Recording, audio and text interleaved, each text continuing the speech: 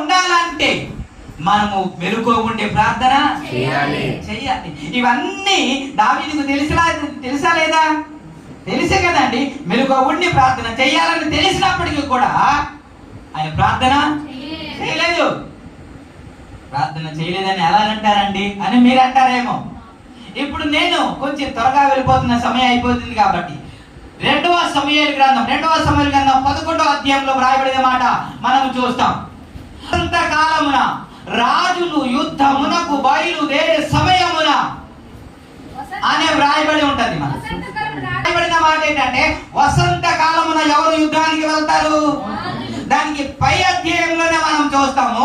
యోవాబును, సైన్యాధిపతి అయిన యోవాబును సైన్యములను పంపించిన తర్వాత ఆయన యుద్ధానికి వెళ్ళిపోయాడు, యుద్ధం చేస్తున్నాడు.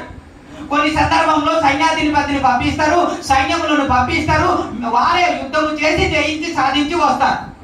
కానీ వసంత కాలమున స్వయంగా రాజులే యుద్ధమునకు బయలుదేరతారంట.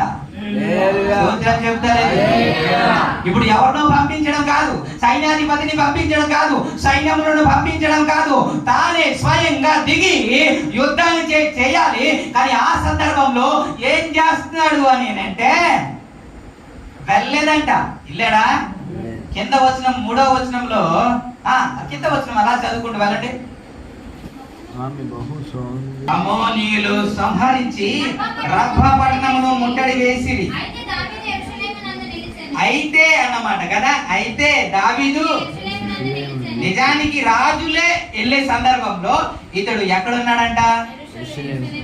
ఇంట్లో ఉన్నాడు. అందరు యుద్ధం చేస్తా ఉంటే ఇతను ఎక్కడున్నాడు? ఇంట్లో ఉన్నాడు. అందరు చర్చిలో ఉంటే ఇతను ఎక్కడున్నాడు? ఇంట్లో ఉన్నాడు, టీవీ చూస్తూ కదా. అందరూ ప్రేయర్ సెల్లో ఉంటే ఇతను ఎక్కడున్నాడు? స్తోత్రం.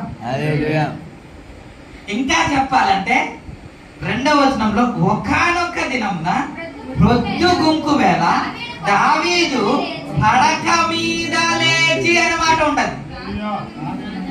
పడక మీద ఎప్పుడు పడుకున్నాడు తెలుసండి? ఎప్పుడు పడుకున్నాడు ఈయన? పగలు పడుకున్నాడండి, రాత్రి కాదు.